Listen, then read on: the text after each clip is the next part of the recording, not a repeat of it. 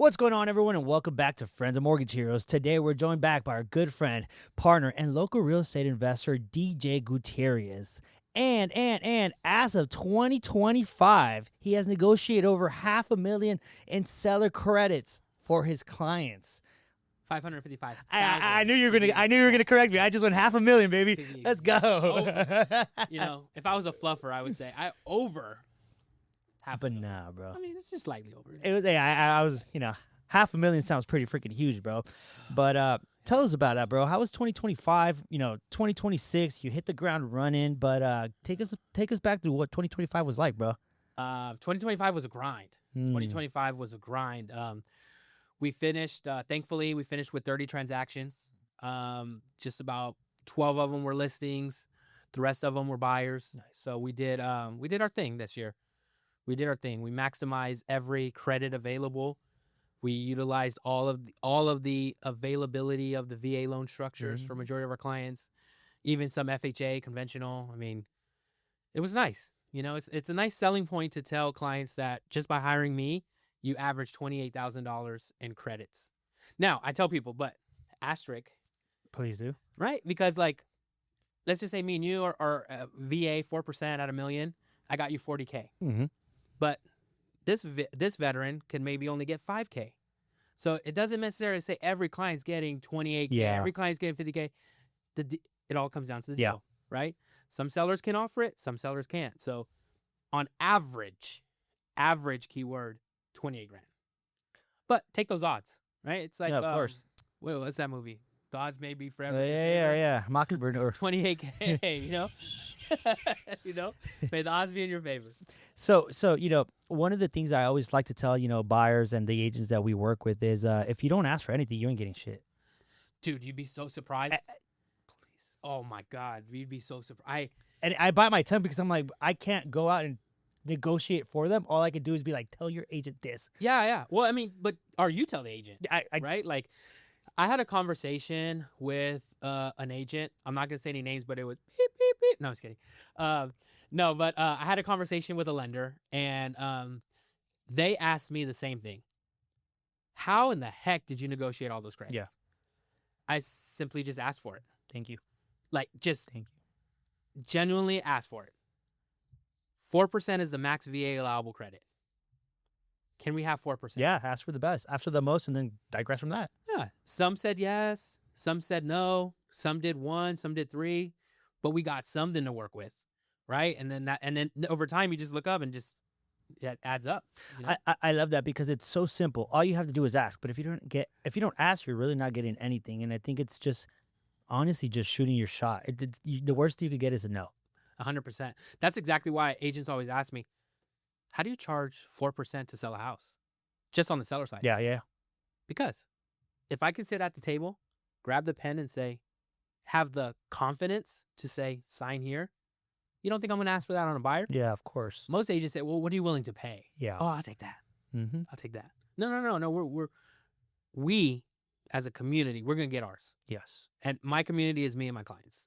Is the Beyond the Keys Realty community. We're gonna go get it. And it speaks volumes of you because at the same time, you know your self-worth. And just like in any other profession that's, commission based, I take that back, performance based, meaning that you have to get the job done in order to get paid. You go to a lawyer, you ain't gonna skimp him. If you don't pay his rate, you ain't getting the service. Yeah. So it's like, why wouldn't we take ourselves to that, look at ourselves like that? Our value is there. Some of the things, we do real estate loan officer, but the title goes way beyond that. Yes. It's because then you can't get awards. Yeah, I know, right? You can pay for those. But come on, how many dentists get an award for cleaning teeth? Oh, you did That's their job. That's what they're supposed to do. And what's your job as a realtor, as a lender? To close these deals. But you get an award for it. So you get top 1%. Because you get top 5%. How do you feel about that though? The whole award to be 100% honest with you, and whoever listens to this, if you take it that way, that's fine. This is what I feel. In certain pockets of the real estate community, it's more of a facade and a show. And I'll call it how it is. Everybody knows this. There's the people that are glamour. There's the people that are working. There's the people that just get out of their own way and don't say shit. And they're here. They've been here.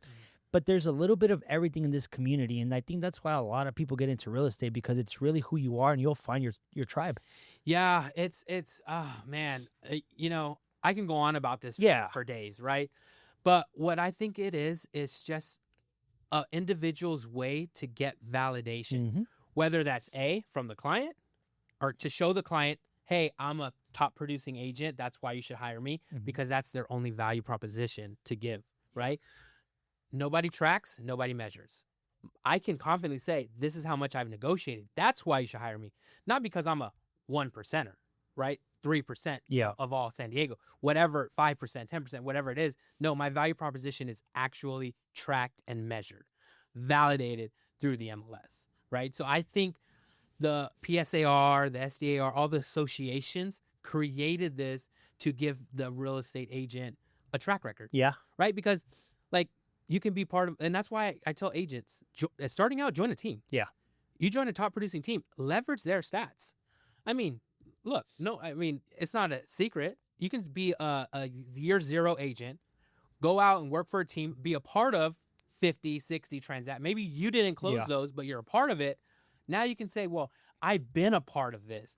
I know how to navigate through this versus just, oh, I have this top percent award, or I have that that email that everyone gets, pay $500 for this title, right? You know what I mean? Whatever it is, like that. So that's why I say it's just about helping people get more validation and credibility. Yeah. I would say. Right? No, and I think you put it in a perfect way because it's, you could read between the lines, you could see all that, all that fuzz and everything, which is great. We all love, getting likes. We all love getting, awards, and it feels good regardless of what it is. But at the end of the day, I think, we're here to do a little bit more than just, get awards for certain things that we already do in a regular life, which is okay. But I think, the reward and your reward is really once, you could count the amount of clients you've helped, the lives you've changed, and actually tally up, differences you've made. An award, like, look at them. They're just there. They're going to stay there, and they're going to collect dust, and that's it. Mm-hmm. You did that last year. What about this year? Yeah. So it's kind of like you're only as good as your next deal. You are. So that's why all the top athletes negotiate after a Super Bowl. Yeah. Hey. After a World Hey, Series. baby, we just got hot right now. This is it. You're only as good as that last one. You know what? That makes so much sense because now you just kind of give me an epiphany. It makes so much sense why a lot of star players leave that championship team because they didn't get the contract or the stuff that they were looking for. Look at the latest. So I don't watch. I watch baseball and basketball. That's my thing. I don't watch football, right? But I mean, I like social media. I like following all the stuff that's on there. I saw a video. It said there was the star running back from Seattle who just won the Super Bowl. Yeah. Either the wide receiver or the running back. Yeah. I don't know names, but I know who you're talking about. The coach or the GM in the speech to the city, they do that parade. Yeah. He goes, yeah, it was kind of funny. He was trying to negotiate his contract like 5 minutes ago. What happened a week later?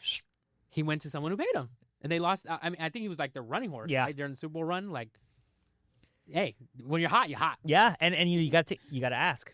You gotta freaking ask, bro. Yeah, that's a good one.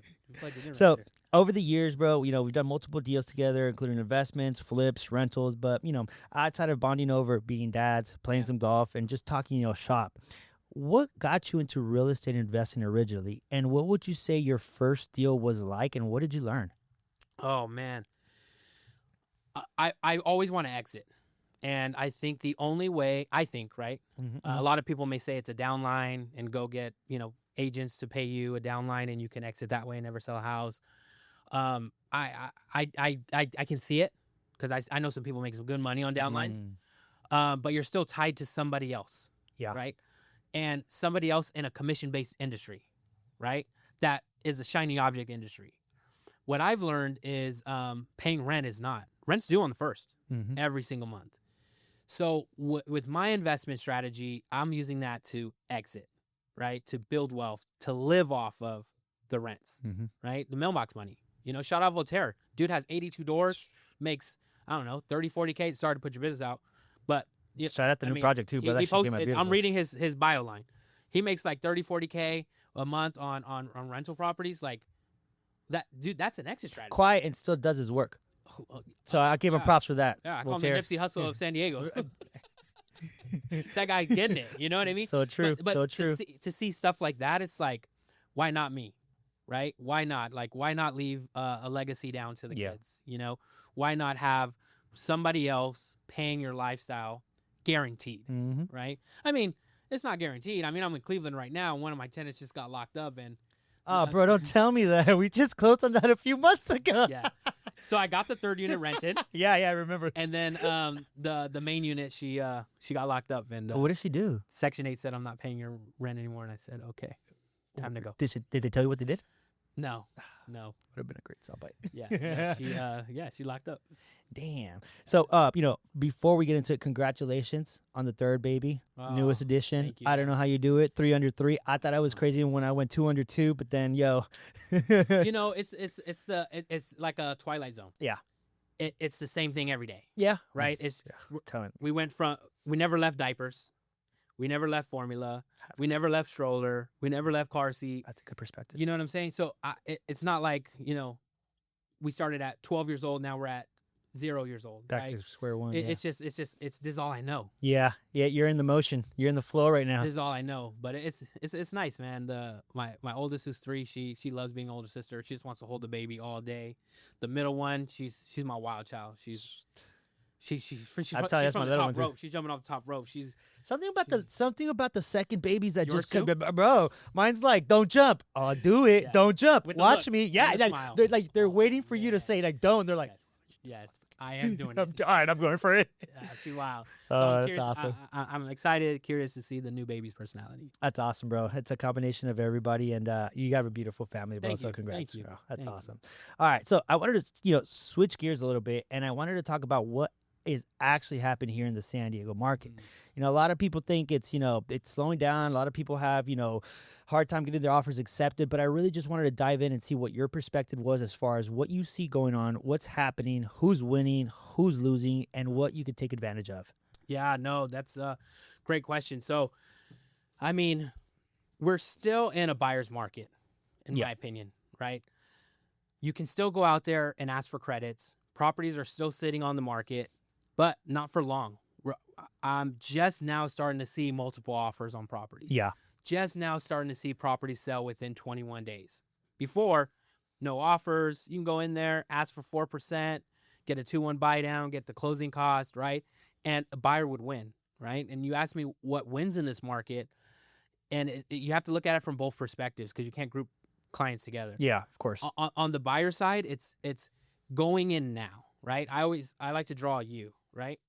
If we're here on the U, interest rates go down, more people hit the market, that means price is going to go up. Okay. So anytime you buy today, you're always at rock bottom, right? And everyone wants to say, what does everyone say? Oh, I want to go when the market crashes. I want to be at rock bottom. Well, that's today. Today's always rock bottom, right? Because rates go down, prices go up, right? Because there's thousands of buyers on the fence in San Diego waiting. I got a dozen clients right now waiting, right? And I get it. I mean, bro, we were at 7% interest rate. Almost 8. Now we're down to 5. Okay, cool. So now my $10,000 payment is $8,000. Yeah, basically. But dude, Come on now. That's still salary. $8,000 in. That's a Some salary. people don't even make that Yeah, much they money. don't, bro. And it's not their fault. It's not their fault at all. It's just like, bro, I saw a meme the other day. It said, you got to have 2 jobs, a side hustle, and a little fraud on the side to survive in this market. It's a little flour that gets you through, bro. Bro, because it's just, come on, dude. Yeah. And then what, did gas just hit $8? They're squeezing us on all ends. So you can't blame them. But Yeah. that's why the people who are winning, Thank you. they're getting in now, taking advantage of what's out there.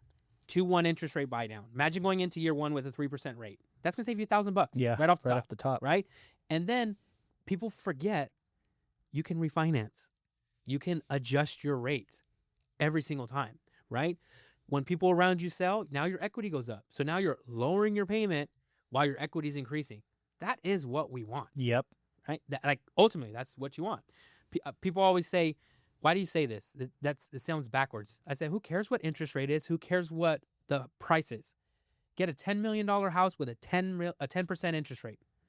But if the payment is comfortable for the next 30 years, does the rate and payment matter? No, not really. It's your affordability what it always comes down to. And It's always the payment. on that subject exactly is why right now when I speak to buyers is like take away the emotions out of it. We're not in an emotional market. We're not in I kind of want this. We need things to be like that. It's what's the strategy look like? Does it pencil out? Do the numbers make sense? Are you in the green and are you comfortable? yes, you should be making your decisions right now off of strategy and logic, and leave the emotions for later. Yeah. Well, that's why I like. Well, that's the difference between buyers and sellers. Yeah. Buyers is logical up front because it's the pre-approval. Yes. Then it's emotions. Oh, I can see raising my daughters in this house. I want to spend the afternoon barbecuing here. Logic, emotions. When I talk to sellers, it's opposite. It's, you know how much me and my wife argued over these countertops? My daughter took her first step there. Look at the markings on the wall of how tall. It's the emotion. Now you're selling. It's the emotion. And then when they get the offer, now it's the logic of the numbers. What's the first thing you ask as an agent? Why are you selling? Yeah. What's your motivation? That's the emotional factor. And then it's, okay, after I ran the numbers, logically, this is how much you're going to make on the sale. So it's opposite. So that's why the buyers have to look at the numbers. Like that. And that's why they're winning in this, because they're going to make the most amount of money possible. And for sellers to win, you have to be open to hearing it. You know how many offers I have out there that won't even counter me? They won't even counter. I said, this is my client's ideal offer. Does it work? Accept it. Does it not work? Tell me what does. I like that. Do we meet at the middle? Right? Because at the end of the day, the seller wants to win, the buyer wants to win. It's our job. And that's why I say agents are going to go away. It's the agent's job to bridge the gap. Yep. AI can't bridge gaps. It's logic. It's pure logic. Yeah. Watch that movie Mercy, where they did the AI court. Jury, Judy, Oh, you know what? I've executioner. been seeing that pop up. Yeah. I mean, there has to be an emotional factor tied in. Yeah. 100%. So you understand as a seller, emotions, logic, buyers, logic, emotion. Now we got that out the way. Now how do we both win? That's how you close the gap. That's how you win deals. That's how you get $500,000 in credits. I really like how you explained that, and it makes so much sense because it's so true. The buyer looks at it first like, this is what I'm approved for. I'm gonna run with it. Hold up, this is what this could get me. I could go higher now because it doesn't matter the price. This is what I'm gonna be living in. There's no way. And then it becomes more emotional because the price and the value goes out the way. I want the house that I deserve. Yeah. And it makes so much sense on the seller side because, they lived their whole life. What if they live 10, 20, 30 years? The house is paid off. What if it was their moms They're or their grandmas? It's been around for generations. Yeah. The emotional connection to My that. abuela was in there making tamales. That's my memory I know. So that being said, how do you take those emotions and let the buyers know, like, hey, this is the decision you want to make. Seller, this is the offer you got to make when they're going against all those emotions and saying, hey, well, I'm not getting the offer that I want, but the buyer's sending me the offer that they want. It is getting out of the way. As an agent, you have to get out of the way. Everyone wants to play Hollywood. I like that. Everyone wants to be the big shot agent. Everyone wants to wear a suit and tie and negotiate the best deals with 3 phones. No. This is what the buyer wants. Do you like it? Accept it. Do you not like it? Counter it. Those are the 2 options. Go back and forth until someone gives up, until the deal is dead. And at that point, the deal's never dead, right? So it's just look at baseline. What did I say about buyers? What's your monthly payment for the next 30 years? Yes or no? Yes. Perfect. There's our market. There's our cap. Seller, this is how much you're making. What are we doing with this money? Okay. 10,000 less, does it still work? Sometimes it's like 2,500. Yeah, and That people are freaking out over. Yeah. You know what I mean? So, and don't even get me started on this whole like trust me, buyers have to pay. I'm fighting one for commissions and all that. $500 right now, bro. You know what I mean? Like, bro, like, my thing is my cap's $2,000. $2,000, take it. Yeah. If you need $2,000 to get the deal closed on either side, whatever. I've given commission back to sellers. I've given commission to buyers. Yeah, at the end of the day, it's what's going to make the deal go forward. But one of the things I do want to say is that the way that you just explained everything, bro, anybody that hears this is like, oh, that's pretty fucking straightforward. Like, oh, shoot, like just well, that's how it is. But that's what I'm getting to. Like, if you ask, you'll get the question, and if you ask again, you're gonna get the response. Instead of, I see a lot of people trying to get very methodical in the way that they're going to ask and the way that they're going to strategize and already try to think what the other person is going to say to the point where they psych themselves out and they don't really do anything besides take the most, minimal move because they're like, they psych themselves too much. Instead of just saying, ask for the most and let them decide what they're going to do. and then you can continue to go back. One of the things that I had to advise an agent on, I won't say any names either, is that it's okay to do a buyer's counter after you get a seller's counter. It's a two-way street. Yeah. You don't have to take what the seller says. You could push back and say, well, this is what we want. The worst thing they could do is come back or say, hey, like, cool, well, like, that makes sense. You can't blame the agents. You can't. I'm a product of the military. There's a book right here that says Extreme Ownership, how Navy SEALs lead and win. It comes down to leadership, because we're a social media era. Yeah. And we see people how to get out of the business, how to make the most money possible as an agent. Everyone only knows, go grow a team, go grow a company, right? If I'm an agent for a year and maybe closed 15 deals, which is great, you still may not have the experience to lead or to teach an agent to simply counter, to simply deal structure, right? Because everyone wants to figure out, how can I make the most amount of money possible and do the least amount of work? Yeah. And in our industry, that's grow a team. Get a buyer's agent. Get a bunch of buyer's agents. What do people say? Get 10 buyer's agents, have them do one deal. There's your freaking 12 deals on residual income. Without you doing nothing. Yeah. And take a 50% split. Meanwhile, you still got to learn, teach, grow, do your own transactions.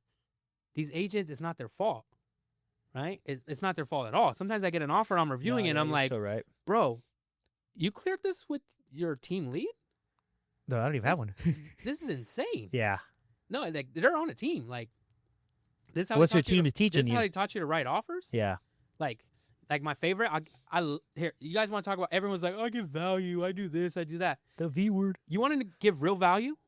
Tell your agents when they write offers, do not send the full pre-approval amount. I'm going to counter that every single time.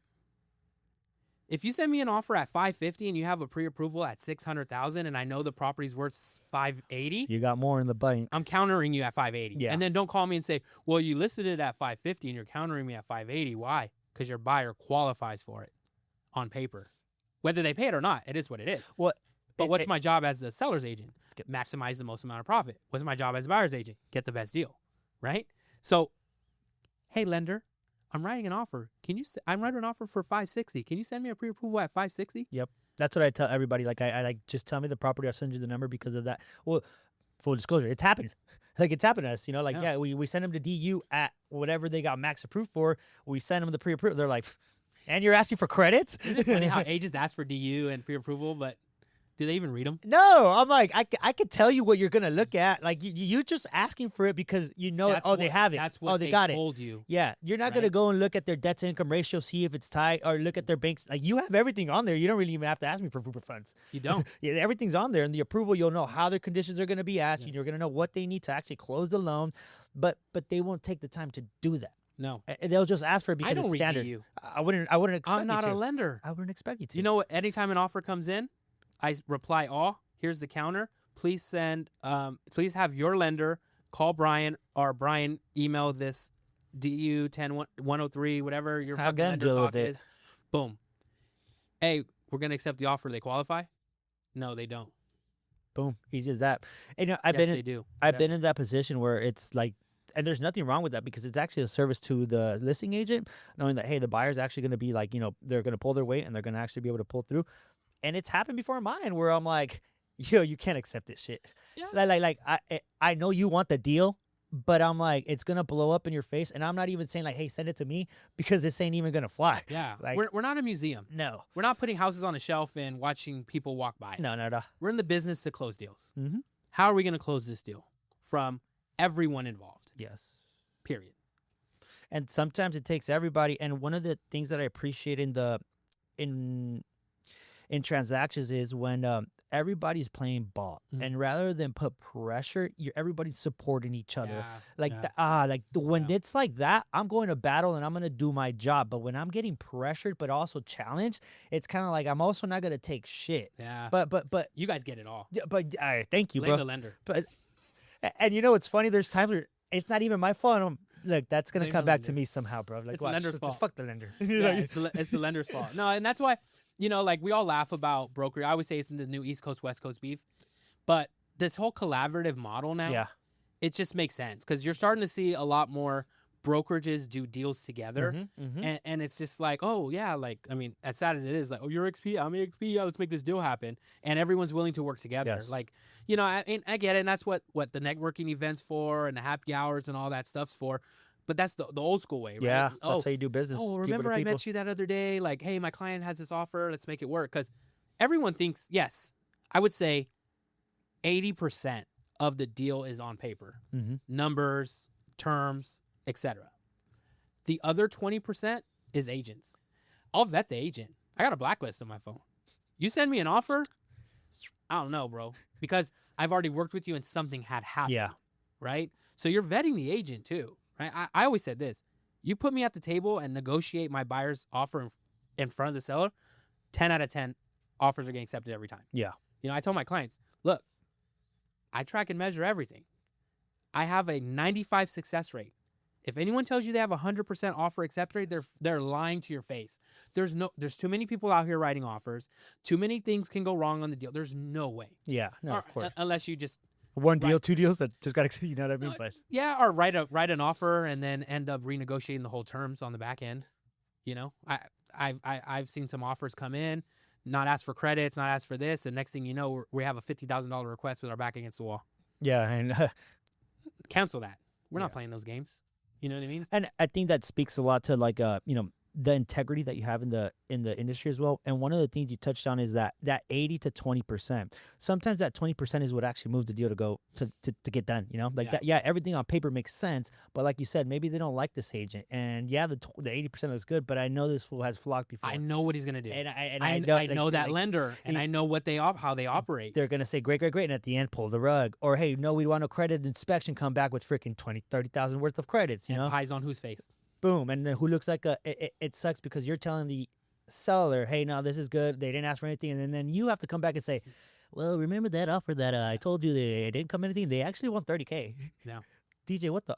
You know what I mean? Like, yeah, exactly. And I've had to have these conversations because it's my fiduciary duty to present. Yeah, I tell the sellers, I'm not making a decision on your behalf. I tell the buyers, I'm not making a decision on your behalf. What we are doing is I'm getting it and I'm presenting it. Yeah, and I'm advising. Here's option A, B, C, and D.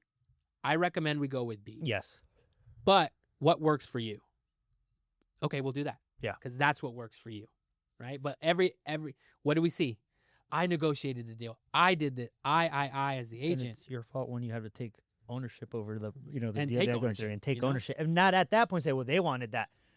You kind of whoa. Let's look at that Sure back. deal. Yeah. Oh man. So wow, we could go on all day. You want to keep going, talking a little more shit? It's just calling it to light, you know. Nah. Like I'm just surprised people don't see through all that. You know, like I say, I'd question that they do, but they're just kind of like we're just part of it. yeah, because now, dude, I was on Instagram the other day, and there's a guy who sold his house all through ChatGPT. Okay. Right? Nothing new. I mean, what for sell by owners is what 5-10% of the market, if that, whatever. It's able normal to be done. It's normal for people to do it, right? But everyone's blown it up like, oh, he sold his house through ChatGPT. He did this, he did that. But it's like, okay, great, that's fine. Anyone can do that. Mm-hmm. Most agents are using ChatGPT anyways. Yeah. To create the marketing, to create the verbiage. I use it. So do I. That's what they created AI for, to enhance us, right? Mm. So use it. But I was reading. I get to long story short. I get to the comments, and it's just like, yeah, well, that's why most agents are just influencers now, or most agents only do it for the gram. Started on that, bro. Dude, I was cracking up. But it's like, it sucks because you have to market yourself. Like I mean, do you have cable? Yeah. No, not anymore. You have streaming. I have streaming. That's right. So So- you caught me. So you don't have commercials. Nah, not at all. Right? Well, I mean, Who fuck, listens to ads? Dude, Ads. Tesla doesn't even have a radio. It's It's- Spotify. Yeah. You have apps on there. Do you pay for premium? So you don't get ads. Oh yeah, it's true. YouTube premium, you don't get ads. So how else are you gonna market yourself? And in real estate, like, here's a key for up and coming agents. You're in the marketing business. Yeah. You're not in the real estate in the business. back. What pays the bills? Leads. Mark Cuban always says, sales cures all. Yeah. How do you get sales? You market and you close deals. You know what? And speaking on that subject on lead generation, I feel that a lot. social media is great and everything, but it isn't all, and it isn't Yeah. every source that you. Some people shouldn't be on social media. That's okay, or they should be just in a different way. But what I feel is that social media should be the platform where you can accessibly get to a mass of people and not go on there to become an influencer. Because like even though we are in a certain way influencers to our community, Mhm, to our mhm. spheres of influences, Yeah. there's a thin line where we're not celebrities, we're not famous people, we're literally regular people that do this day in and day out before. And it's and I'll be 100% honest, I used to want to go viral, I wanted to go Mhm. famous, I wanted to do this, Mhm. until I realized, I'm like, well, for what? Mhm. Like what's the end goal for that? Satisfaction, self-greed, and maybe a little bit of happiness because like, oh great, I'm like, put all that aside. I said, you know what, now I just want to go local, Yeah. just be the person that gets known in my community for what Yeah. I do. And I'm also not somebody that's does every single loan. I stick to what I do, and that's it. I do my hard money, I do my VAs. But you're crushing the hard money, But I bro. love That the most recent structure we did on my triplex in National City, insane, bro. 100% rehab, 10% down, Let's go. And 30K up front from your budget. and what 7% interest rate, 9, whatever the fuck it was. 9, dude, come on now, can't beat it. My But first payment is in a month. come, I'm 2 yeah, months. 2 months. Hopefully I'm technically. out by 2 Yeah, months. yeah. See, but Crazy. that's what I like. Thank you. That's exactly what I like. That I do my job and it's done. And like, I'm not tippy toeing everywhere else. I'm like, I'm in my lane. I'm head down. This is what I focus on. Then that's it, bro. And I think the sooner that young people in the market could find their lane, build on that, put their head down, grind for 3-4 years, you're gonna be better than a lot of people that's jumping from shiny toy marketing agency to this new freaking the system or whatnot. At the end of the day, Yeah. the only system that works is the one that you consistently use, and sometimes it's just yourself getting up in front of the camera, whatever it Yeah. is, showing up. You fell to the level of your systems. 100%. And one of the things I will say, last thing, talking shit.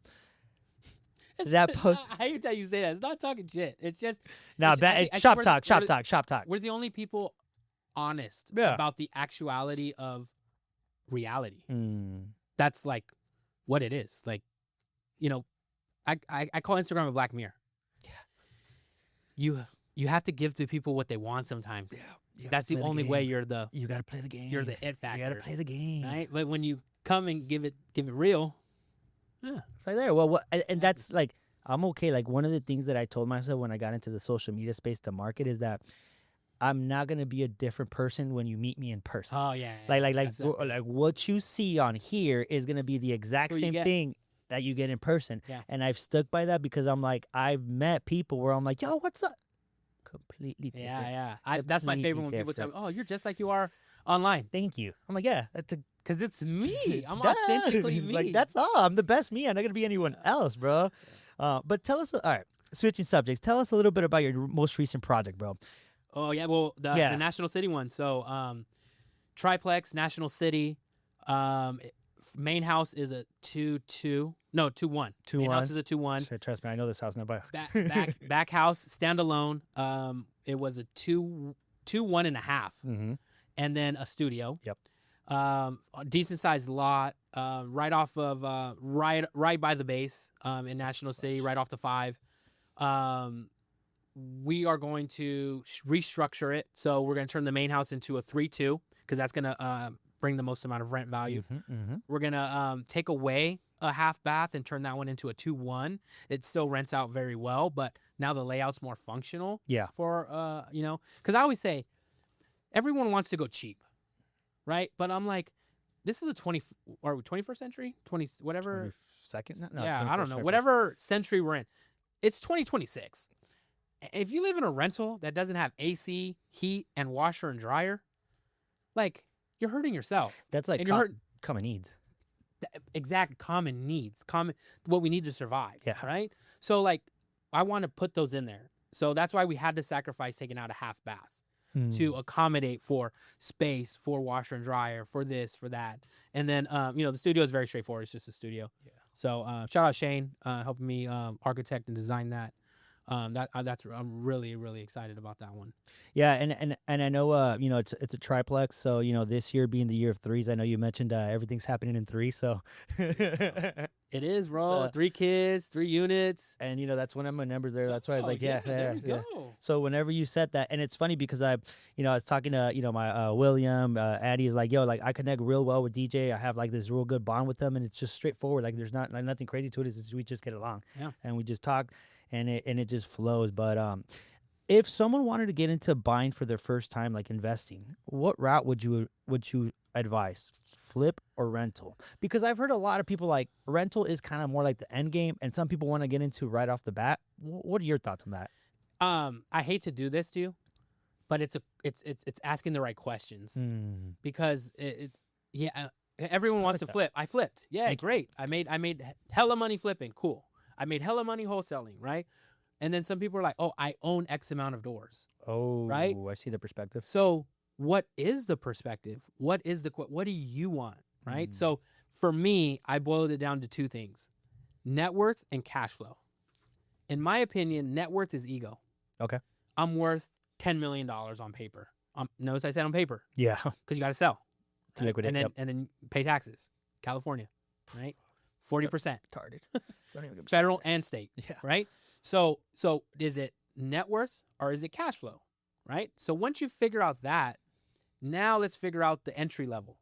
That's why I'm in Cleveland. Mhm. That's why I'm in Memphis, right?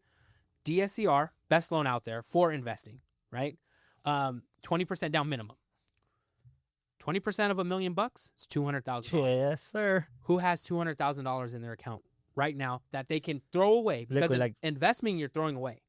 You're writing this out for the long term. If not, you're going to get crushed on Yeah. taxes. Yeah. Because if you're doing it smart, you're doing cost segregation, you're depreciating the asset, taking away from your taxes, XYZ, right? There's a different component to investing. So if I'm out in Cleveland, out in Memphis, the barrier of entry is low, but the cash flow is high. That's where I want to be. I want to be cash flow heavy. I don't care if the property's worth $30,000, but it brings in $1,000 a month. My goal has always been the same: $30,000 a month residual income from rental properties. Mhm. Once I do that, I could retire. That is my retirement. One aspect of my retirement Yeah. strategy. I still do the 401k, the Roth IRAs, all that fun stuff, the life insurance policies, all that stuff, right? But as far as the investment strategy, for me, it's cash flow. My goal coming into this year is how can I get my mortgage paid by renters? Once I get there, then we take the next step. I like that. So if in California, you're at net worth. Oh, I just bought the triplex. It's worth 1.2 million. I bought it at 780. That's net worth paper. Yeah. Okay, let's just call it what? 7, 8, 9, 10, 11, 12, 500K. I got to tap into that. So now the payment changes. Yep. I got to cash out refinance. I got to do something to get You're that like money. you're asset rich. Yeah. You're asset rich, cash poor. Which In is sense, okay. in sense. Yeah, Which yeah. is okay. It just comes down to your investment strategy. I like how you broke that down. You know, you didn't come at it from a perspective of like, this is what you should do. I say you do this.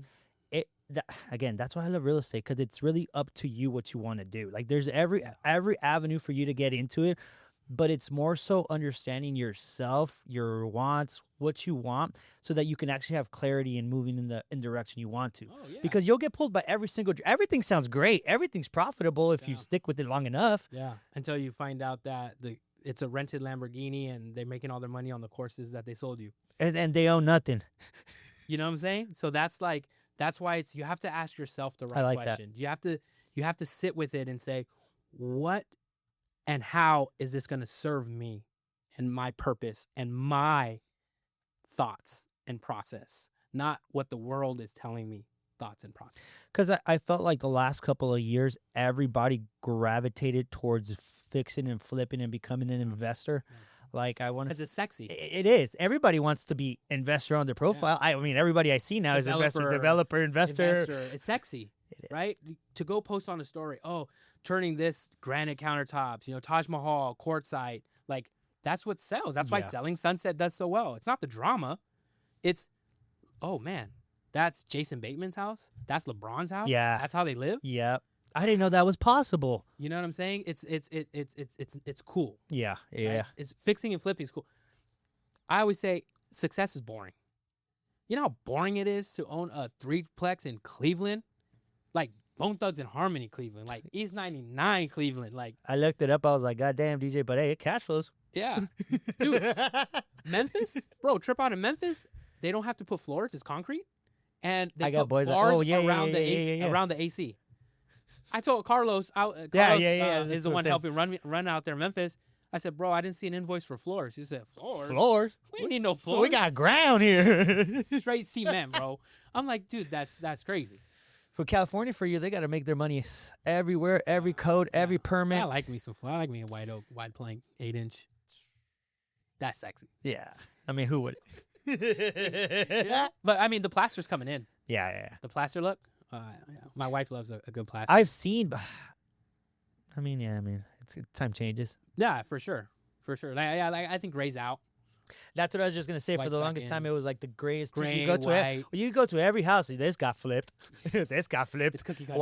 White quartz tops. Like, dude, everybody like freaking went crazy with that. Yeah, it's cookie cutter. Yeah, I mean, look at here. We got the freaking the baseboard gray. Yeah, Oh, love man. It, love it. So, bringing it back to some of the sellers here in San Diego, what do Yeah. you think some of the biggest mistakes sellers are making right now? Not entertaining the offers. Can you dig deep a little bit on that? Yeah, I mean, ego, right? Emotion. Get out of the emotions, right? Entertain it. Agents. This should be. Well, first, let me get step on a soapbox for a second. Please. Our community that are doing the most amount of transactions in real estate, buying and selling, is military. Military require Section 1 termite clearance. Always. Now, the VA guideline states it doesn't matter who pays for it, buyer or seller. But I know my community. I love my community. We are financially stable but strapped for cash. So agents, don't get caught up on the deposit. $100 financing loan, and I just negotiated $30,000 in credits. Does it matter that their deposit is $1,500? You know, agents hate me because I'd be like, why is the deposit even relevant? We have inspection contingency, appraisal contingency, loan contingency.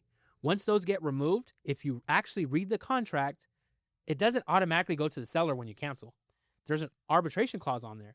If initialed, yes, because that's the arbitration. If it's not initialed, you got to go to court for that. So it's not a given.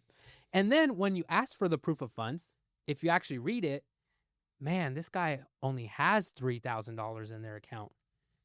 So why are you asking me for a $10,000 deposit? Why are you asking me for 2-3%? To me, it's irrelevant in the deal. I think especially in the VA aspect, just because you can get your closing costs covered and you don't have a down payment, like to your point, what does it matter? Should be in that category. So it's there. I understand that. Like, there's no dude, like you're paying for all the credits you already agreed for. Then why are you asking for proof of funds if you already agreed to the credits? They asking for it because they need it, not because they can get it. It's a need. It's a necessity to close, right? So imagine being a military person with $3,000 in your savings that you worked your ass off for, putting $3,000 into EMD, into escrow for 21 to 30 days. You get a flat tire. Now you got to put it on your credit card. Now your debt to income ratio went up. Something happened in your family. You can't tap into that. You can't touch your credit cards either because your debt to income is going to be higher. Everything's tied up. So it's individualizing these offers and understanding, hey, there's a difference between a conventional buyer that has $200,000 in their account. Compared to a military member who doesn't have that. Look at the whole overall structure. Sellers, look at it. Agents, present it. Talk about it. Hey, Mr. and Mrs. Seller, going back to the termite, before we list your house, let's hit up Cody with Spartan Termite and get a free inspection. Why? How many deals have headbutted? Because they're like, I asked for VA for Section 1 clearance. Oh, well, we don't know how much it's going to be. That was your fault. You know this. What are you talking about? We live in San Diego. You're bound to get a VA offer. That should be on your pre-listing checklist. You're going to get a VA offer. if you get three offers, one of them's VA. Oh, for sure. I would even bet Argue them more. $10 that 2 of them are Yeah, VA. I don't doubt that at all. I don't doubt that Get at the all. clearance up front. Get the cost up front. FHA doesn't require termite. Conventional doesn't require termite. VA You have to does. disclose it, right? So what do agents say? Oh, don't get the inspection because you have to disclose it. The underwriter's going to ask for it, and then I'm going to have to go ask you for it, and then you're going to have to matter. go. So this happened to me in a deal not too long ago. They forgot to do it, and we're already basically about to close. So that delayed it a week later because they forgot to order the termite report for a VA loan. And I'm like, it's like one of the biggest things we need. Like, we can't close on it. That's what I'm saying. Blame the leadership. What does a VA offer need to close? The intent to occupy the property within 60 days, the Section 1 termite clearance, Yep. water heater to be double strapped, smoke and carbon monoxide detectors, and essentially turnkey. Yep. And if you have bars on the window, because we do have some neighbors that do, quick release latch. Yeah. Yep. Those are my favorite? I'll give you guys another key. The agents who don't put VA on the listing terms. You know how many deals I sold because of that? And they just like it's not VA. They just say it's an conventional. SFR. Conventional. Number one, if you go to the APN and it ends in 00, It's a house. it automatically qualifies for a VA loan. Now you just got to fill in the gaps, which I just said earlier. Yeah. That's number one. Number two, they don't know how to ask the lender to look up if the complex is VA approved. Or two, they don't know how to do it themselves, right? I just type in VIP and it automatically comes up on my website because it's saved. I type in the complex, HUD. not MLS, which is user inputted, agent inputted, not VA approved. I go on the VA portal, VA approved. Here's I send the offer, your listing. just testing it. Hey, here's an offer. Oh, this complex isn't VA approved. as of last year, you got to Says who? HUD says it is. What do you mean? Well, HUD. look at HUD says. look at it. Oh, I gotta ask my lender. I just here. Let me screen record. Click the link. Type in the thing. The Approved. exact same thing. I've gotten a couple of deals pushed through that way because the agent just simply didn't know. And it's unfortunate how, and I'm surprised how a lot of our industry doesn't know how to utilize or how to work with the VA loan. As much as we know people We're all utilize VA it. experts. Shout out Veterans United getting sued. Hey, I saw that, bro. I don't hate on I anybody. wouldn't but wish my worst enemy. I wouldn't wish that on anybody, but through people that I've worked with that came over from there, it just verified everything that That we've been that saying. their experience has told us. Actual people who look out for the veteran. Yep. That principal, interest, taxes, insurance, impound accounts are required for VA. And for the exact same reason that you brought up, they're strapped for cash. So if you're already making them save up thousands of dollars, because we know in San Diego your property taxes are at least $4,000, $5,000 1.25% on average. And if you're in a good neighborhood, watch out for that Melrose. Melrose, east of the 805, you're paying 2% in tax. Easy. Plus $150 So HOA. if you're at a $700,000 to even $900,000 house, that's anywhere between $9,000 to $13,000 a year that you're paying in property taxes. Easy. Divide that by 12. Divide it by 12. $1,000 a month. Which is how it should be in your monthly payment. So I only advise that route for people that are savvy with their money in a way where they're I don't advise it for nobody. I do. You do? Yeah. So there's so Talk to me about it. all right. So I had a client. He works for Google. His wife also works in tech, and they make fairly good money. He right off the bat said, "Do I have to put property taxes and insurance?" I'm like, "Well, no, you actually don't." Good. I'd rather pay them on my end, on my own, because I could budget that money, save that extra $100, and I could fork out the thousands. I'm like, conventional financing, very financially literate. There's a lot of people. On my investments, I go interest only. You should. You should. Right? Yeah. And I pay my property taxes at the sale on the back end. Right?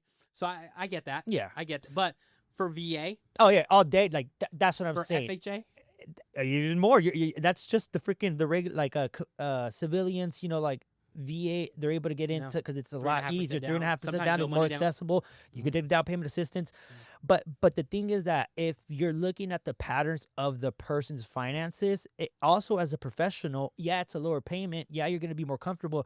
But am I setting you up for failure down the line? And then hold up, a call. Why didn't I know that I was going to have to pay?